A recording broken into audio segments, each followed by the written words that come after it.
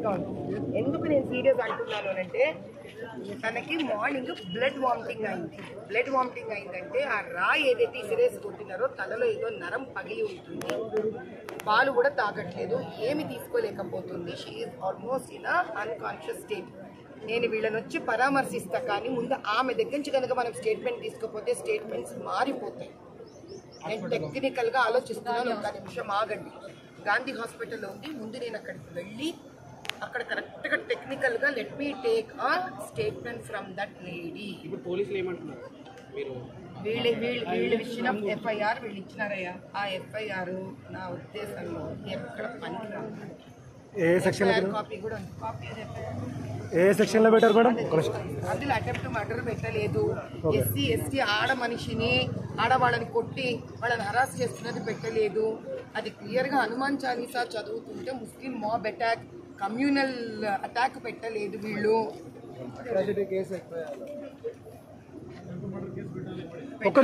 వీళ్ళు పెట్టలే. ఒక్క నిమిషం మీరు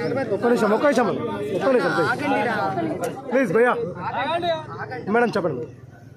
324, 147, 148 అండ్ 149 ఐపీసీ ఇవే పెట్టారు. ఇది మనకి ఎందుకు పనికిరానివి, అన్ని బెయిలబుల్ సెక్షన్స్. ఎంతమందిపై పెట్టారు ఈ సెక్షన్స్? కాదు కదా, మా వాళ్ళు ఒక పేపర్ రాశారు, మన వాళ్ళు రాసిన పేపర్. అసలు లెక్క ప్రకారం ఇప్పుడే నేను ఫోన్లో లాయర్తో మాట్లాడాను. వాళ్ళ ఉద్దేశంలో very clearly 109 attempt to murder, 105 punishment for homicide not amounting to murder. ఎందుకంటే ఒక అమ్మాయి కడుపుతో ఉంది పాపం. ఇంకోటి 189 section 1, 109 attempt to murder and unlawful assembling the people, section 107 ఇవన్నీ వెయ్యాలి. వీళ్ళు ఏవి వెయ్యకుండా కంఫర్టబుల్గా బయటకు వచ్చే సెక్షన్లు వేశారు. కాబట్టి ఇప్పుడు మనం ఫస్ట్ తెలివిగా కూడా మనం దీన్ని ప్రవర్తించాలి. ఆవేశంగా ప్రవర్తిస్తే మనం ప్రతిసారి ఆవేశంగా పోతున్నాము, మనం శాంతపడిపోతాం. ఎంతసేపు అరుస్తారు, ఎన్ని గంటలు అరుస్తారు? అరవడమా? మనకు కావాల్సింది న్యాయమా? దానికి ఏం చేయాలంటే దేనిని వదిలిపెట్టకుండా ఆఖరి వరకు తీసుకెళ్ళాలి. న్యాయం తెచ్చుకోవాలంటే ముందు మన ఎనర్జీని మనం సేవ్ చేసుకోవాలి, గుర్తుపెట్టుకోండి. Next old IPC 153A religious enmity, 196 disturbing religious assembly, 307 attempt to murder, 34 common intention mob, 320, 322, 338 causing grievous hurt. ఇన్ని పెట్టుకొని వాళ్ళు బెయిలబుల్ అన్నీ హ్యాపీగా రాసుకున్నారు. అంటే మనం ఏం చేయాలి? వాళ్ళు ప్రశాంతంగా ఆఫీస్లో కూర్చొని రాశారు, మనము ఇంత ప్రశాంతంగానే దీనికి మనం సమాధానం ఇవ్వాలి. అన్నిటికన్నా ముందు నేను ఎందుకు గాంధీ మెడికల్కి వెళ్దాం అనుకుంటున్నానంటే ఆవిడ ఏ పరిస్థితిలో ఉంది, ఆవిడ డేంజర్ స్టేట్లో ఉందా, మనకి బతికి బట్ట కట్టే స్టేజ్లో ఉందా, మనం ఉందా తెలుసుకోవాలి. ఆవిడ దగ్గర నుంచి స్టేట్మెంట్ ఇంపార్టెంట్ మనకి. కాబట్టి let us take first statement from her. మీడియాని అక్కడ తెచ్చుకుందాం. దీన్ని ఒక్కసారైనా ఓపిక్గా తెలివిగా ఓపెన్ చేద్దాం స్టోరీని. ప్రతిసారి ఇలా అరుస్తాం, గంట అరుస్తాం, 2 గంటలు ఇస్తాం, ఎవరి ఇళ్ళకి వాళ్ళు వెళ్ళిపోతాం. వీళ్ళ కోసం నిలబడేది ఎవరు? మళ్ళీ ఈసారి న్యాయం జరగాలంటే ఇప్పటిదాకా మీడియా రాలేదు, మీడియా రాలేదు.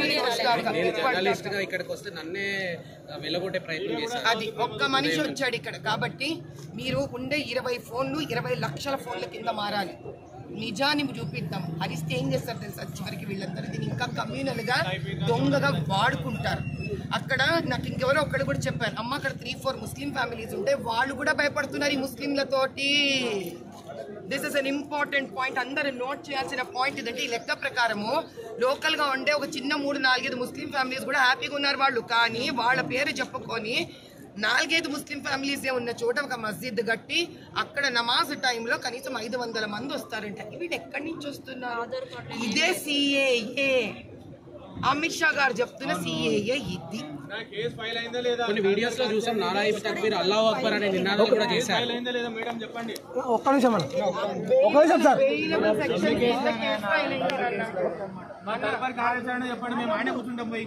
ఏం చేస్తారంటే మనం చేయాల్సిన రెండు ఉన్నాయి. ఒకటి, కొంతమంది వెళ్ళి దెబ్బ తగిలిన వాళ్ళ దగ్గర ఉంటాయి, ఎందుకంటే వాళ్ళకి మనం ఒక ఓదార్పు ఇవ్వాలి. నేను ఇప్పుడు గాంధీ హాస్పిటల్కి వెళ్తున్నాను.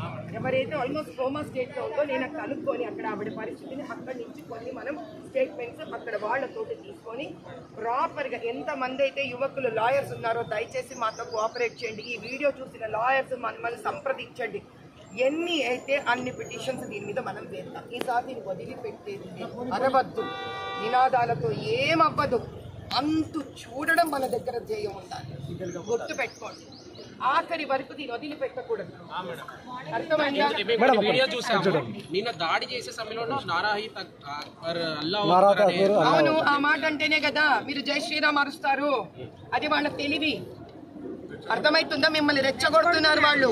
గణేశం మండపం దగ్గరకు వచ్చి ఎక్కి ఆ నినాదాలు అనేది ఎందుకు?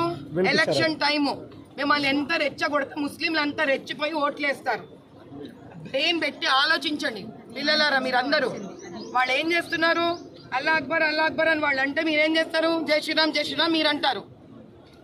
ఎవరు అంటున్నాడు అది చూడండి. అక్కడ ఎవరికైతే లోకల్ గా ఒక ఆధార్ కార్డు లేదో, ఎవరికైతే ఇక్కడ కనీసం రేషన్ కార్డు లేదో, ఎవడైతే ఈ దేశం పౌరుడు కాదో, जो इस देश का नागरिक नहीं है, उस मुसलमान को यहाँ पे बुला रहे हैं.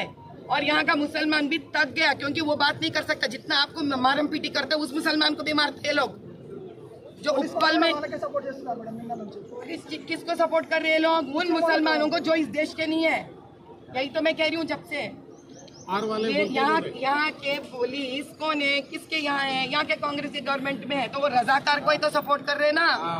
मैडम वो हिंदुओं को है तो आधा घंटा में केस बुक करते हैं, मुसलमान आप नहीं 24 घंटे टाइम नहीं समझ रहे. आप जब तक आप इस प्रकार हिंदू मुसलमान के बात निकालोगे उनका काम आसान कर रहे हैं आप. बंगाल परिस्थिति नहीं आप समझो. आप हिंदू मुसलमान का